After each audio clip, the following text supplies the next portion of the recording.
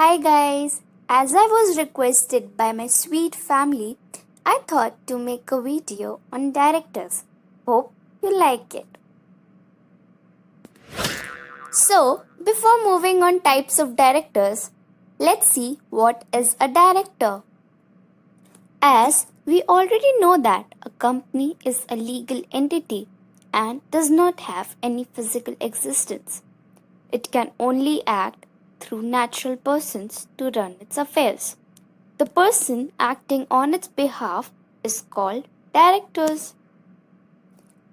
So, according to Section 2, Clause 34 of Companies Act 2013 prescribed that director means a director appointed to board of a company.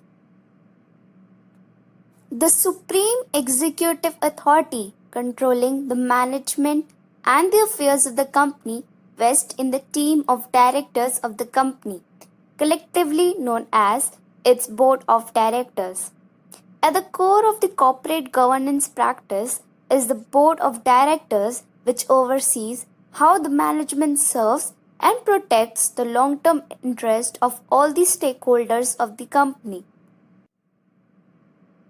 Excuse me, I was listening to you. Can you just cut short what you said? Of course, it's nothing to be get confused of.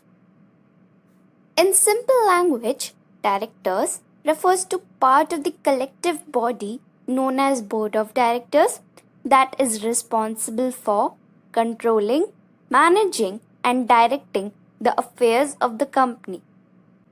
Can you tell something more about it? Sure, there can be different types of directors seen in a company. We can broadly divide them into two: executive and non-executive. And what is the difference between them?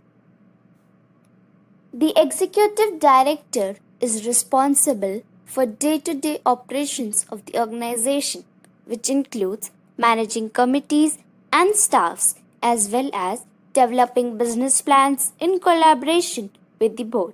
In essence, the board grants the executive director the authority to run the organization.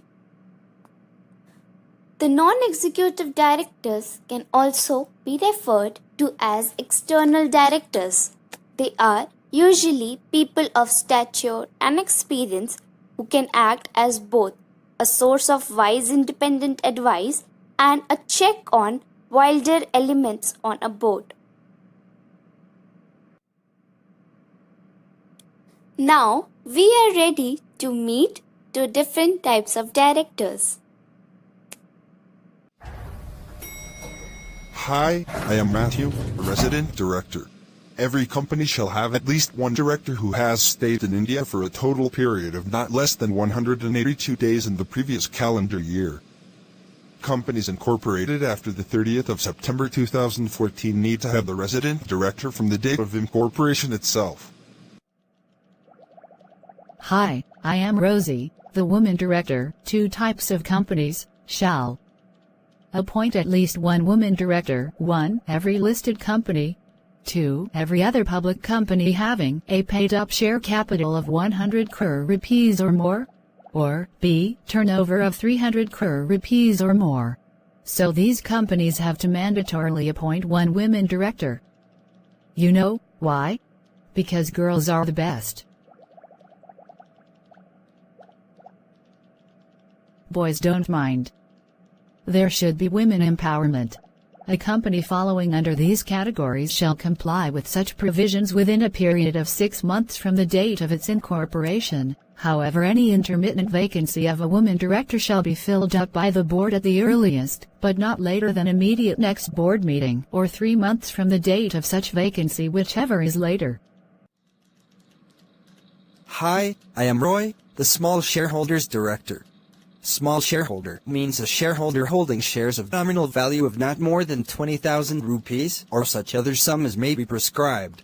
A listed company may, upon notice of not less than A 1,000 small shareholders, or B 1/10 of the total number of such shareholders, whichever is lower, have a small shareholders director elected by the small shareholder.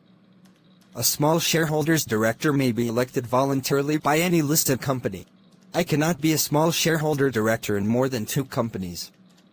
If second company is in competitive business or is in conflict with business of my first company, I cannot take appointment in second company. My tenure as a small shareholders director shall not exceed a period of 3 consecutive years, and therefore I am not liable to retire by rotation. Further, I am not eligible for reappointment after expiry of my tenure. I cannot directly or indirectly appointed or associated in any other capacity with the company for a period of 3 years from the date of cessation as a small shareholders director. Hi, I am Arthur, the additional director. Regulation 66 of Table F authorizes the board to appoint the additional directors. The number of directors and additional directors together shall not at any time exceed maximum strength fixed for the board by the articles. I can hold office only up to A. the date of next AGM, or B. the last date on which the AGM should have been held, whichever is earlier. If the fault is made in holding annual general meeting, then I shall vacate my office on the last day on which the AGM might be held. Remember, a person who fails to get appointed as a director in a general meeting cannot be appointed as additional director. Section 161(1) of the Act applies to all companies, whether public or private. Hi, I am Gabrielle, the alternative director. Section 161(2) of the Act empowers the board, if so authorized by its articles or by a resolution passed by the company in general meeting, to appoint a director, termed as alternate director, to act in the absence of an original director during his absence for a period of not less than 3 months from India. The right to appoint an alternate director vests in the board. The original director has no right to appoint me. The members have no right to appoint me, they can only empower to appoint alternate director as and when board thinks fit. I cannot hold office for a period longer than that permissible to the director in whose place I have been appointed. If the original director ceases to be a director by reason of death or vacation of office under Section 167, then I will cease to hold my office. I will also vacate my office when the original director in whose place I have been appointed returns to India. Hi, I am Sam, the nominee director. I am appointed by a specific class of shareholders, banks or lending financial institutions, third parties through contracts, or by union government in case of oppression or mismanagement. The main objective of appointment of a nominee director is to ensure that borrower company complies with all legal requirements under various laws. In other words, nominee directors are watchdogs of the financial institutions to safeguard their investments. Hi, I am Colin, the independent director. I am a non-executive director. And keep a check on the board, and give independent advices, for the welfare of the company, as I am not related with the company in any manner. Every listed public company shall have at least 1/3 of the total number of directors as independent directors.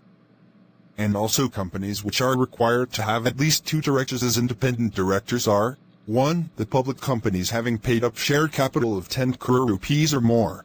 Or 2. The public companies having turnover of 100 crore rupees or more.